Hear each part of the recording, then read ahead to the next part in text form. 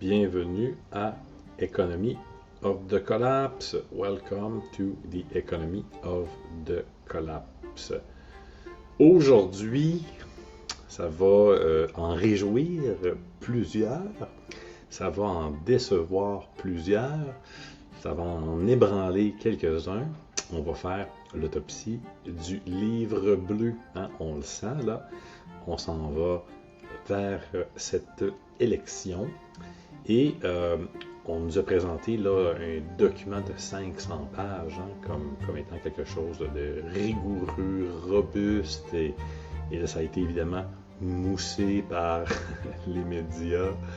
Et je vais vous dire ce que ça ne dit pas sur les finances d'un pays. 13 à 16 milliards de dollars. C'est le chiffre. C'est le cœur battant du livre bleu du Parti québécois. 500 pages déposées le 22 juin 2026 à la veille de la fête nationale sur l'indépendance du Québec, cette fameuse indépendance. Jamais 203, quoi. Selon le chef, là, Paul Saint-Pierre Plamondon, l'indépendance générerait des économies administratives de 13 à 16 milliards par année. Ce serait, dit-il, le plus gros exercice de débureaucratisation et de lutte au gaspillage de notre histoire. La mécanique, 77% des quelques 230 organismes fédéraux seraient abolis ou fusionnés à la fonction publique québécoise, selon lui. 13 à 16 milliards. Notez l'ampleur de la fourchette au passage. On parle de 3 milliards d'écart, soit à peu près le budget annuel du ministère de la Famille. On y reviendra. Bienvenue à Economy of the Collapse. Aujourd'hui, on fait quelque chose qu'on n'a jamais fait à cette émission. On ouvre un document politique et on l'examine ligne par ligne avec les mêmes outils qu'on a utilisés toute la saison. Les mêmes. Ceux du pont de l'île d'Orléans, là, quand on a demandé pourquoi une estimation de 400 millions devient 2,7 milliards. Ceux de l'épisode sur les plex, quand on a demandé pourquoi la personne avait fait une simple analyse de sensibilité. Ceux de Norvol, quand on a distingué payer à l'avance et payer à la livraison. Ceux de l'épisode sur les taux, quand on a refusé de donner un chiffre et qu'on a donné 4 scénarios avec leur probabilité. Si ces outils étaient bons pour démonter un promoteur immobilier, un ministre de l'économie ou une banque centrale, ils sont bons pour un parti politique, n'importe lequel, y compris celui pour lequel vous votez peut-être. 2 avertissements avant de commencer. Premier, cet épisode ne porte pas sur la valeur de l'indépendance en soi. Okay? Ça, c'est bien important de le comprendre. Et je m'attends évidemment que lorsque l'émission sera découpée en segments, il y aura toutes sortes d'individus qui vont s'exciter dans les commentaires en écoutant un petit segment et ils vont vouloir faire du spin politique avec énormément de véhémence. On le sait et on peut se l'imaginer.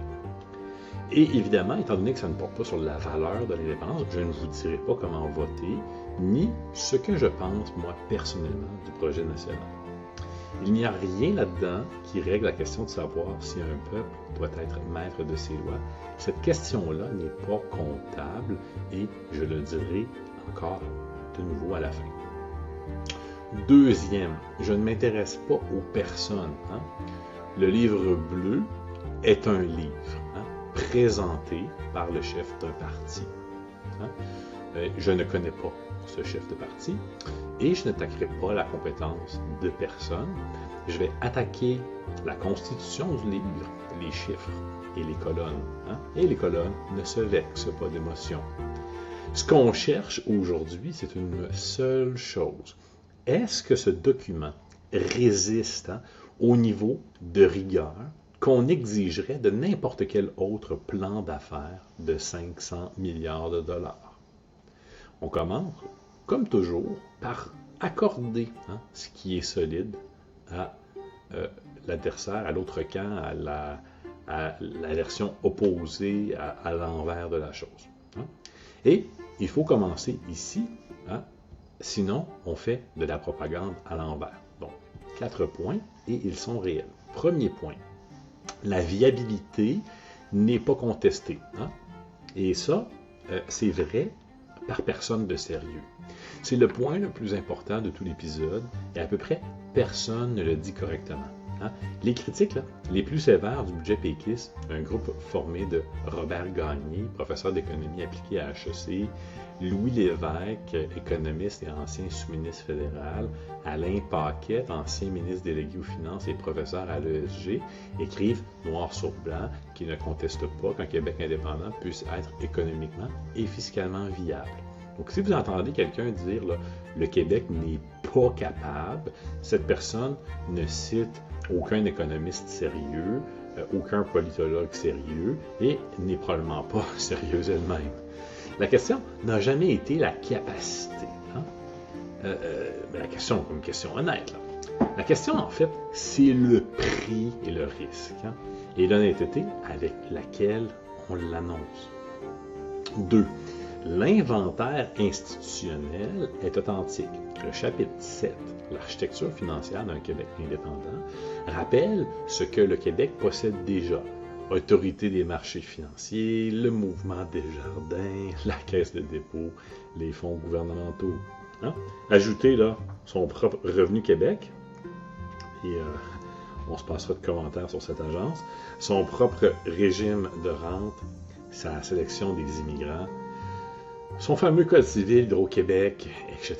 Tout ça, c'est vrai. Hein? L'affirmation là, que le Québec serait parmi les États les mieux outillés de l'histoire moderne à accéder à l'indépendance, n'est pas de la vantardise. C'est tout à fait défendable. Comparer l'Estonie de 91 ou la Slovaquie de 93, ce n'est pas du tout la même conversation. Donc, soyons francs. 3. Et voici un point qui va déplaire au camp fédéraliste, mais qui est juste. Vous entendez souvent, là, le Québec reçoit 27 milliards de plus qu'Ottawa qu'il n'y verse. Hein? C'est effectivement l'ordre de grandeur. Le fédéral a prélevé environ 84 milliards auprès des Québécois en 2024 et en a retourné environ 111. Mais attention là, suivez-moi. D'où vient l'argent de cet écart? Souvenez-vous de notre épisode sur les taux d'intérêt. Le déficit fédéral projeté pour 2025-2026 est de 78,3 milliards de dollars. Quand un gouvernement dépense 78 milliards de plus qu'il ne perçoit, mais toutes les provinces reçoivent mécaniquement plus qu'elles ne versent. Hein? Une partie substantielle du cadeau n'est pas un transfert de l'Alberta vers le Québec. C'est de la dette empruntée sur les marchés dont les Québécois porteront leur part. Le solde net n'est donc pas une aumône, hein? C'est en partie une avance sur leur propre carte de crédit. Ce point-là, je ne l'ai lu nulle part dans le débat. Il affaiblit un argument fédéraliste paresseux, avouons-le. Hein? Et ça, je le donne gratuitement aux deux camps. 4. Le PQ a fait valider son travail. Hein? L'étude fondatrice de 2023, Un Québec libre de ses choix, a été examinée par 6 économistes, dont un ancien ministre péquiste, et bon, il faut le dire, c'est quand même pas un texte non plus griffonné sur un coin de table. Donc, voilà, le crédit est accordé. Maintenant, ouvrons le moteur parce que quand on soulève le capot, il y a 5 vis de construction et le premier est le plus gros. Hein? Donc, retournons à notre chiffre d'ouverture. 13 à 16 milliards d'économies administratives, obtenues en abolissant ou en fusionnant 77% des organismes fédéraux. Voilà la question qui perce le ballon, et elle tient en un mot. Quand vous abolissez un organisme fédéral, est-ce que sa fonction disparaît ou est-ce qu'elle déménage tout simplement? Prenons l'exemple que le chef péquiste a lui-même donné en conférence de presse. Revenu Canada, ça c'est l'épouvantail habituel. Hein? Il a expliqué que puisque les employés de Revenu Canada s'occupent avant tout du traitement des déclarations fédérales, le ministère serait dissous advenant l'indépendance. Et là, évidemment, on comprend que Revenu Canada va continuer d'exister pour le reste du Canada, donc il ne sera pas dissous. Mais bon, restons-en là pour l'instant. Hein? Un choix politique qui va de soi, disait-il. D'accord, monsieur Plamondon, mais Faisons l'exercice au complet. Là. Hein? Dans un Québec indépendant, est-ce que quelqu'un perçoit encore l'impôt qui finançait Ottawa? Bien sûr, ils ne vont pas laisser cette gratuité-là pour revenir. Là, hein? Bien sûr que oui. Donc, c'est la même prémisse centrale, là. C'est même la prémisse centrale du document. Hein? Le nouvel État récupère les revenus perçus par le fédéral. Donc, l'assiette fiscale fédérale ne disparaît pas. Là, hein? Elle change tout simplement de percepteur. Revenu Québec. Hein? Alors, Revenu Québec là, doit absolument traiter le double de volume maintenant. Est-ce que ça coûte zéro? Ben, absolument pas.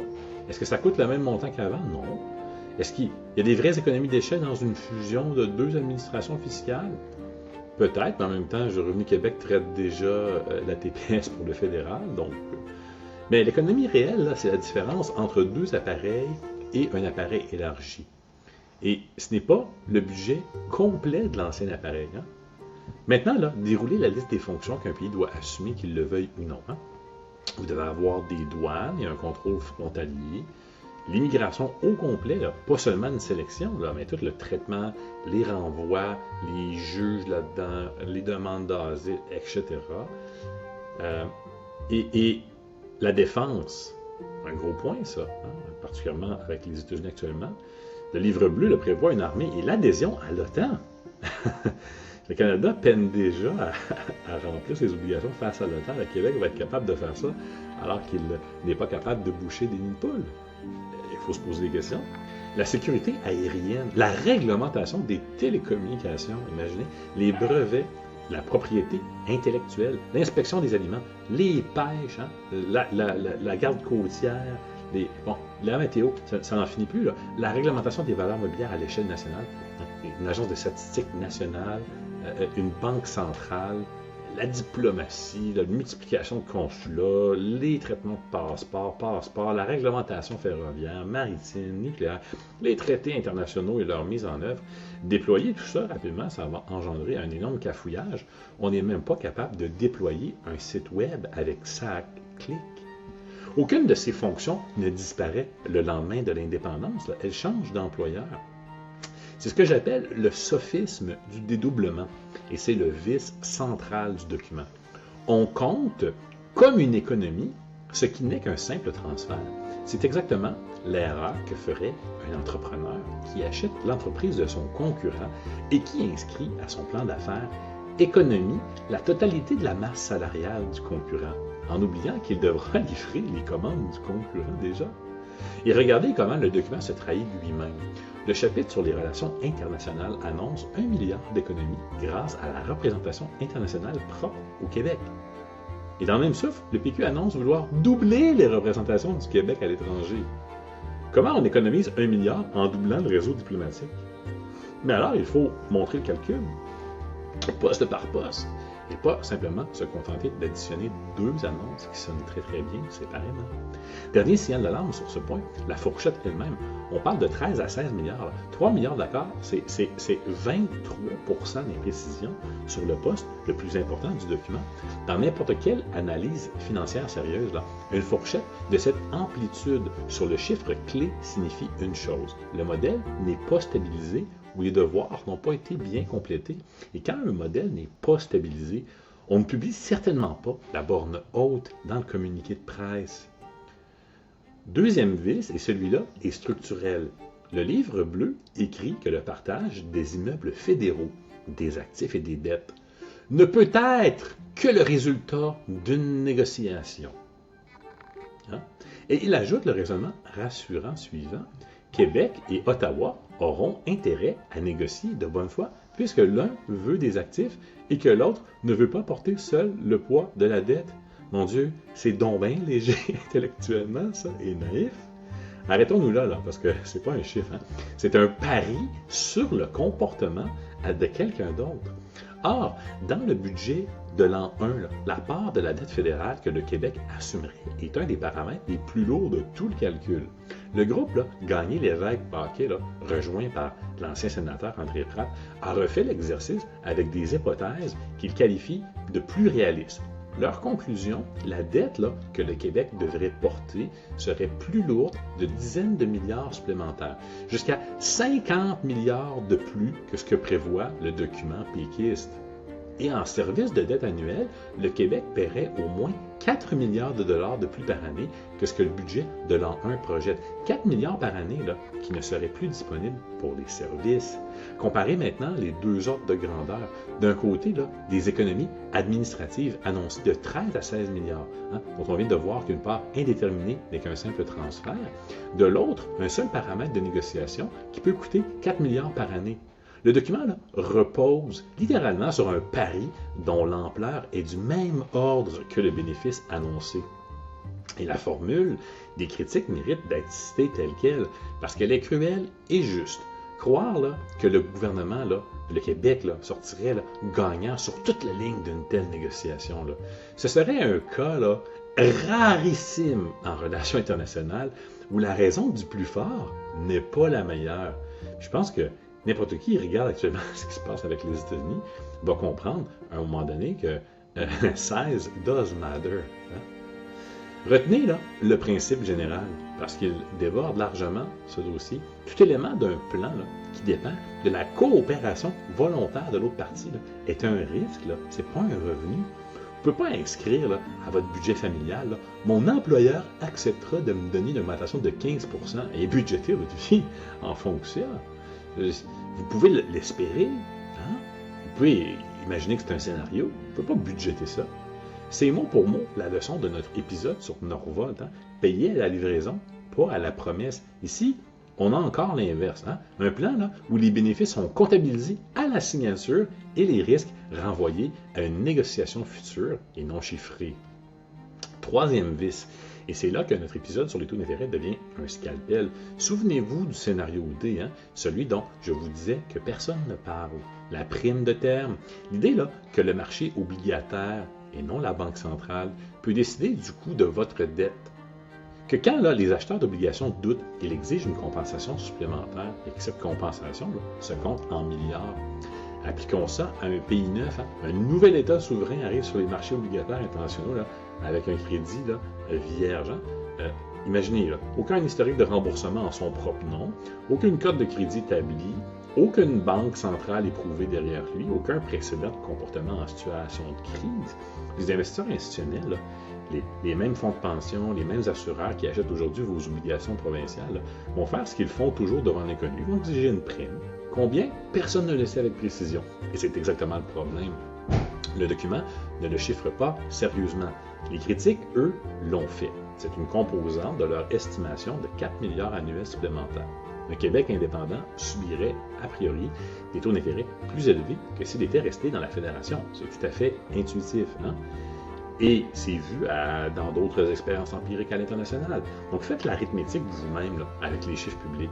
La dette nette du Québec, 38,1% du PIB au 31 mars 2026.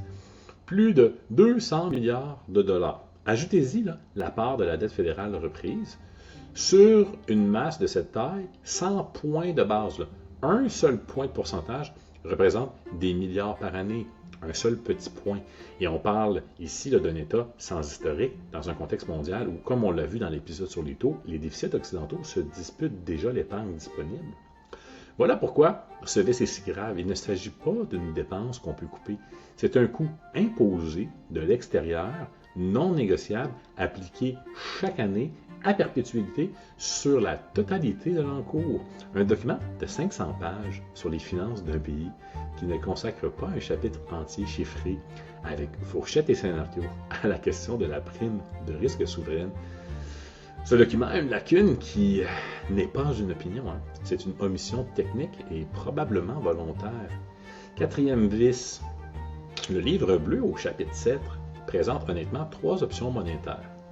Conserver le dollar canadien, adopter le dollar américain ou créer une monnaie québécoise. Le document note que le dollar américain semble sur papier l'option la plus stable, mais que l'acceptabilité sociale d'un tel choix n'y est tout simplement pas. Oui, avec le Trump Derangement Syndrome, on peut s'imaginer. Saluons d'abord la franchise quand même. Poser les 3 options, c'est mieux que de faire semblant que la question n'existe pas, comme dans d'autres sections. Mais examinons ce que signifie réellement l'option privilégiée, garder le dollar canadien. Garder le dollar canadien, là, sans siège à la Banque du Canada, là, ça porte un nom en sens économique, la dollarisation unilatérale. Et ça implique 3 renoncements dont l'ampleur est rarement expliquée au public. En fait, je ne l'ai pas encore entendu. 1. Aucune politique monétaire. Les taux d'intérêt de votre pays, le souverain, seraient fixés par la Banque centrale d'un pays étranger en fonction des besoins de son économie à elle. Hein? Si l'Ontario et l'Alberta surchauffent pendant que le Québec est en récession, la Banque du Canada monte les taux et le Québec va encaisser. Vous n'avez pas de vote, pas de siège, pas de recours. 2. Aucun prêteur de dernier recours. Là, ça, c'est le point le plus grave et le moins compris.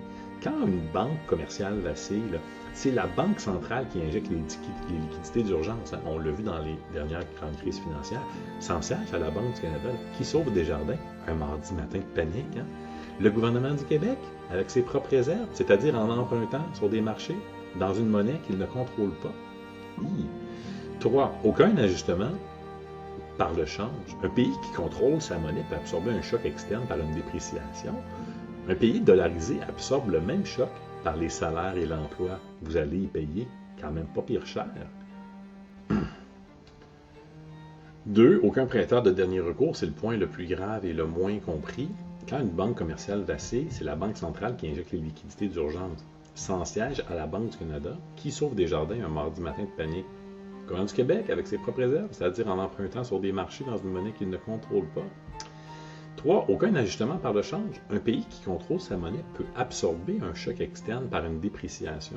Un pays dollarisé absorbe le même choc par les salaires et l'emploi. Vous allez y payer. Ces 3 renoncements simultanés, on les a vus à l'œuvre récemment en Europe, dans les pays de la zone euro, pendant la crise de la dette. La Grèce, n'a pas fait faillite parce que les Grecs étaient paresseux. Elle a fait faillite parce qu'elle s'était endettée dans une monnaie qu'elle ne pouvait pas émettre, sans banque centrale à elle et sans possibilité de dévaluer. C'est une leçon de mécanique institutionnelle, pas un jugement sur un peuple. Et c'est ce qui va arriver si l'élastique se trouve à s'étirer pour le Québec alors qu'il est dollarisé. Et il y a une ironie que je dois souligner parce qu'elle touche au cœur du projet. Le livre bleu fait de la souveraineté son argument central. Hein? Or, l'option monétaire privilégiée consiste à céder à un État étranger dont on vient de se séparer avec beaucoup de ressentiment, le levier le plus puissant de la politique économique moderne. On peut défendre ce choix. Beaucoup de pays ont réussi quand même à fonctionner dollarisés et beaucoup ont eu d'énormes difficultés. La Grèce est un des pires exemples récents. Mais il faut alors nommer le prix. Ce serait une indépendance politique uniquement assortie d'une extrême dépendance monétaire. On serait plus faible que jamais à ce niveau. 5e et dernier vice, le plus subtil, celui qui devrait vous être familier si vous écoutez cette émission depuis le début. La méthode du budget de l'an 1 consiste essentiellement à prendre les budgets fédéral et provincial d'une année donnée, à les redécouper et à projeter. Un observateur l'a bien nommé, c'est du présentisme. On prend une photographie du présent et on la traite comme un film de l'avenir. Vous avez déjà entendu cette critique dans ma bouche, 3 fois en fait. Dans l'épisode sur les Plex, les investisseurs qui ont acheté en 2020 ont pris une photo, les taux à 2,8% et l'ont traité comme une constante. Le renouvellement à 4,35 leur a appris la différence. Dans l'épisode sur les écoles de formation, les coachs qui avaient 20 ans de données montrant que les taux baissent, la dinde de Thanksgiving, dont la confiance atteint son sommet la veille de Thanksgiving. Dans l'épisode sur les taux, c'est précisément pour ça que j'ai refusé de vous donner un chiffre et que je vous ai donné 4 scénarios avec leurs déclencheurs et leurs probabilités. Alors, appliquons le même test au livre bleu. Qu'est-ce qui bouge sous la photo? 1. La démographie. Le rapport préélectoral de 17 août 2026 et l'analyse de la vérificatrice générale le disent, la croissance économique prévue est inférieure à la tendance historique, notamment en raison de la stagnation de la population. Donc, on ne fait plus d'enfants, ça ne va pas changer dans un Québec souverain, Et en raison de particularités au niveau du fait français qu'on tente de préserver, on n'accepte pas autant d'immigration que l'économie en aurait besoin. Or, on voit déjà l'effet dans les transferts fédéraux. La part du Québec dans les principaux transferts est passée de 32,5% en 2020 à une prévision de 27,9% en 2026-2027.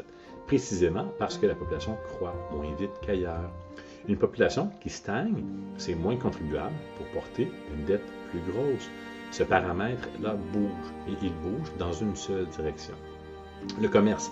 Les hypothèses du rapport préélectoral reposent sur la situation tarifaire au 10 juillet 2026, alors que de nouveaux tarifs américains massifs étaient sur la table depuis quelques semaines plus tard. Un Québec indépendant serait un petit État ouvert, très exposé, dollarisé, négociant seul face à Donald Trump. Quelle est la valeur de cette variable dans le budget de l'an 1? Et quel est le scénario si elle tourne mal? Les taux mondiaux, voire le segment 4. Voilà le test le plus simple qu'on puisse appliquer à ce document. Et c'est le même que j'appliquais aux acheteurs de Plex. Où est l'analyse de sensibilité? Où est le tableau qui dit voici notre scénario de base, voici le scénario où la négociation de la dette tourne mal, voici celui où la prime de risque est de 150 points de base, voici celui où la population décroît, voici celui où les tarifs américains restent en place 10 ans, et voici pour chacun l'impact sur le solde budgétaire. Un document de 500 pages qui présente un scénario unique et favorable sur un projet irréversible. Ce n'est pas une prévision, c'est une plaidoirie.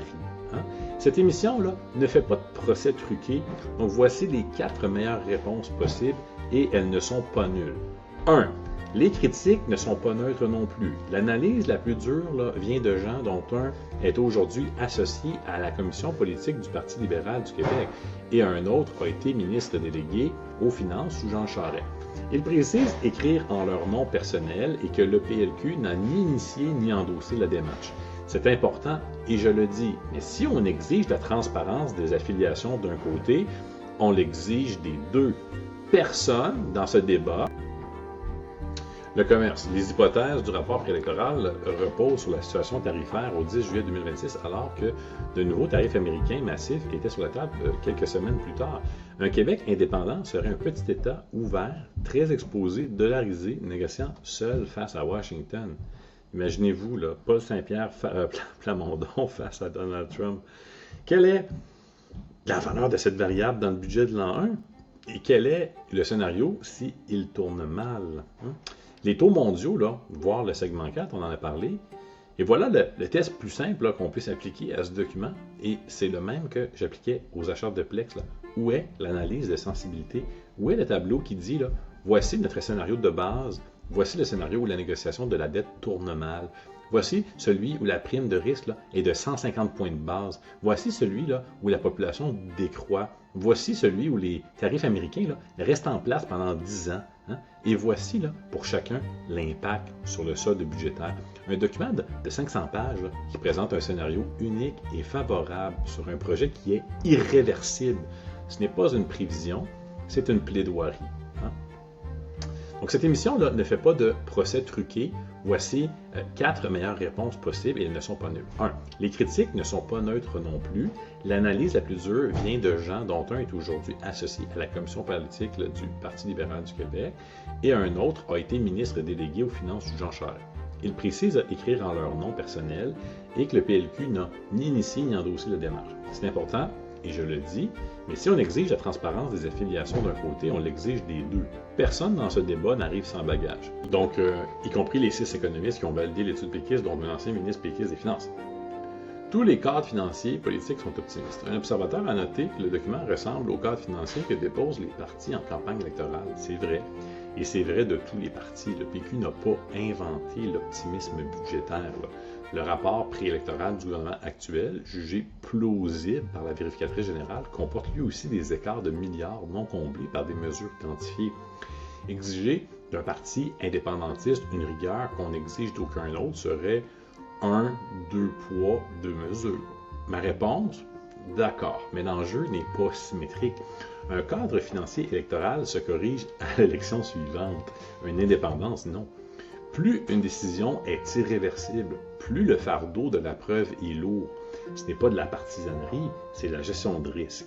3. Le statu quo a aussi ses coûts et personne ne les chiffre. Argumenter fort est rarement fait. L'argument il est fort et rarement fait. Combien coûtent les dédoublements actuels? Combien coûte l'incapacité de conclure ses propres accords commerciaux? Combien coûtent des politiques fédérales conçues pour une autre économie? Ces coûts sont réels et le camp fédéraliste, disons-le, ne les chiffre jamais. Un vrai débat exigerait 2 documents de 500 pages. Mais en même temps, un propose de changer le statu quo pour quelque chose d'irréversible, donc il faut le chiffrer. 4. Les petits États réussissent. Oui, c'est vrai, l'Irlande, le Danemark, la Norvège, la Nouvelle-Zélande. La taille n'est pas un handicap en tant que tel. Sur ce point, le livre bleu a simplement raison. Jusqu'ici, j'ai fait ce que fait un auditeur. J'ai relevé 5 faiblesses techniques. Un auditeur honnête doit maintenant poser la question suivante, et elle est plus dérangeante. Ces 5 faiblesses-là sont-elles des accidents? Je vais y répondre en 3 temps, et je vais le faire sans prêter d'intention à personne, parce que je n'en ai pas besoin. Dans un premier temps, le test du hasard. Une erreur, là, c'est aléatoire.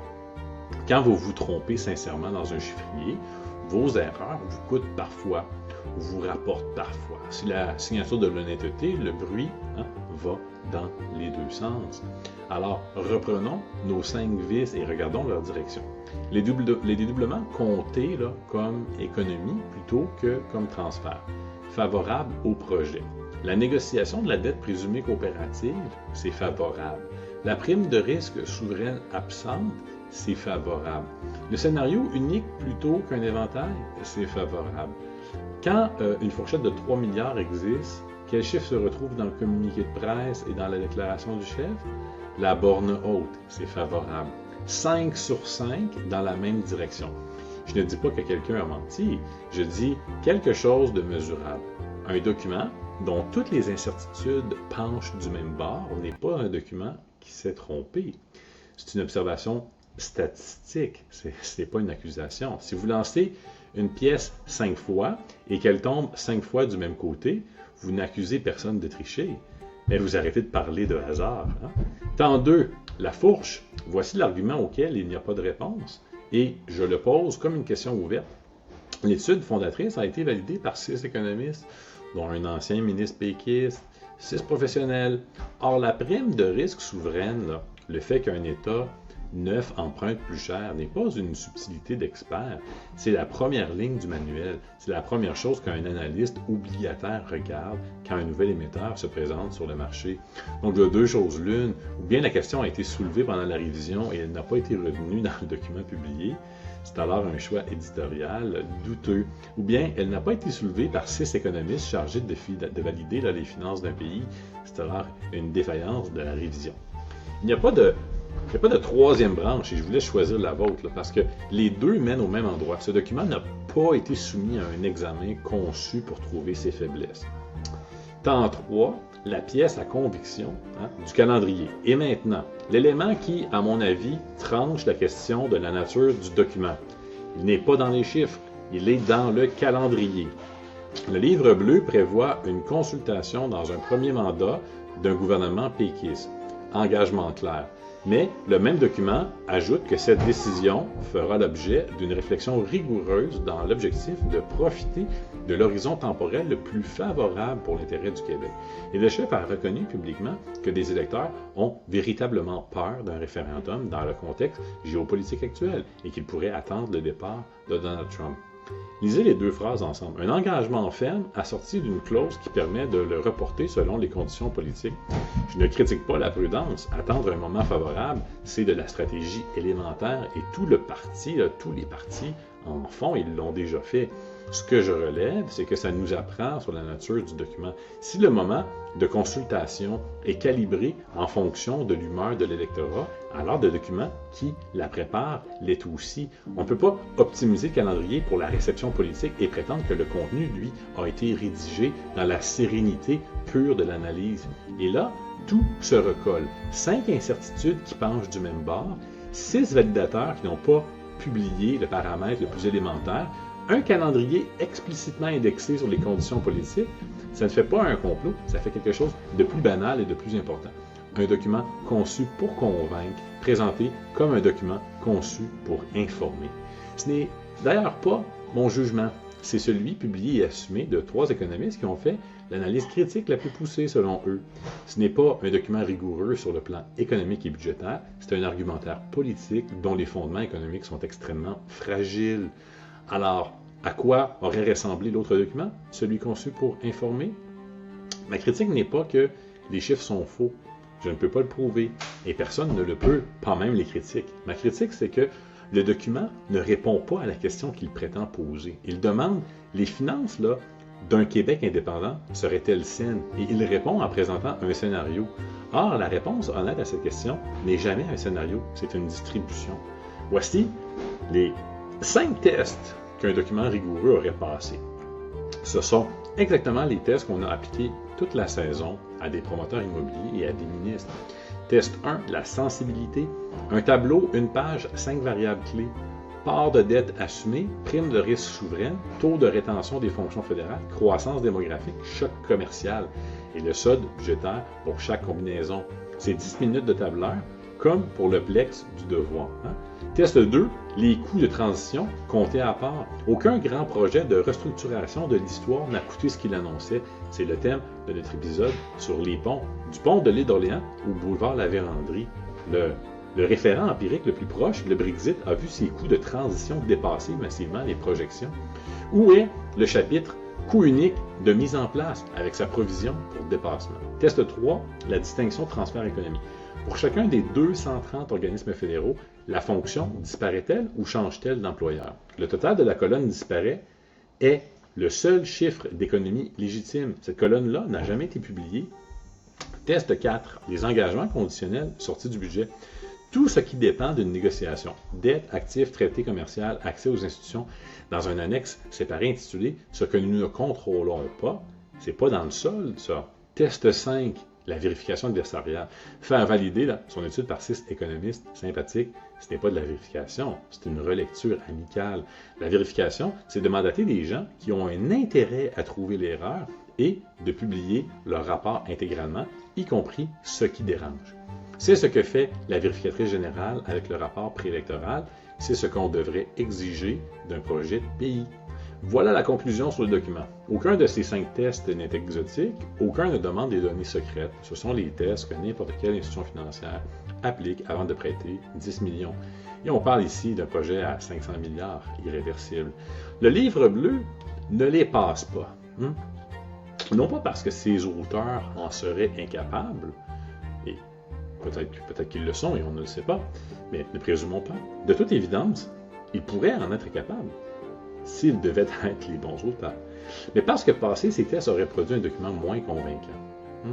Un tableau de sensibilité honnête sur 5 variables aurait montré des colonnes rouges et on ne lance pas un projet de pays à la veille de la fête nationale avec un tableau qui contient des colonnes rouges.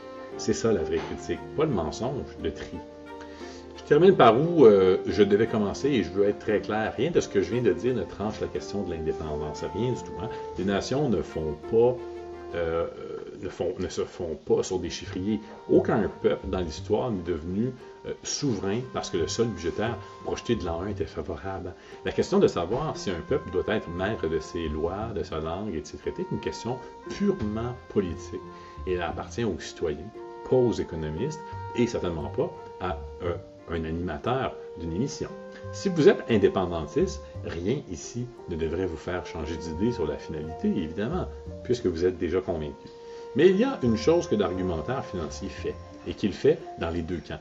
Il promet que ça ne coûtera rien, que ce sera même profitable, de 13 à 16 milliards de dollars trouvés dans les tiroirs. Ça me fait penser lorsque Monique Jérôme Forget, alors au Conseil du Trésor, nous promettait des économies de plusieurs milliards de dollars si on construisait des hôpitaux en PPP. Fast forward, ces économies ne se sont pas matérialisées.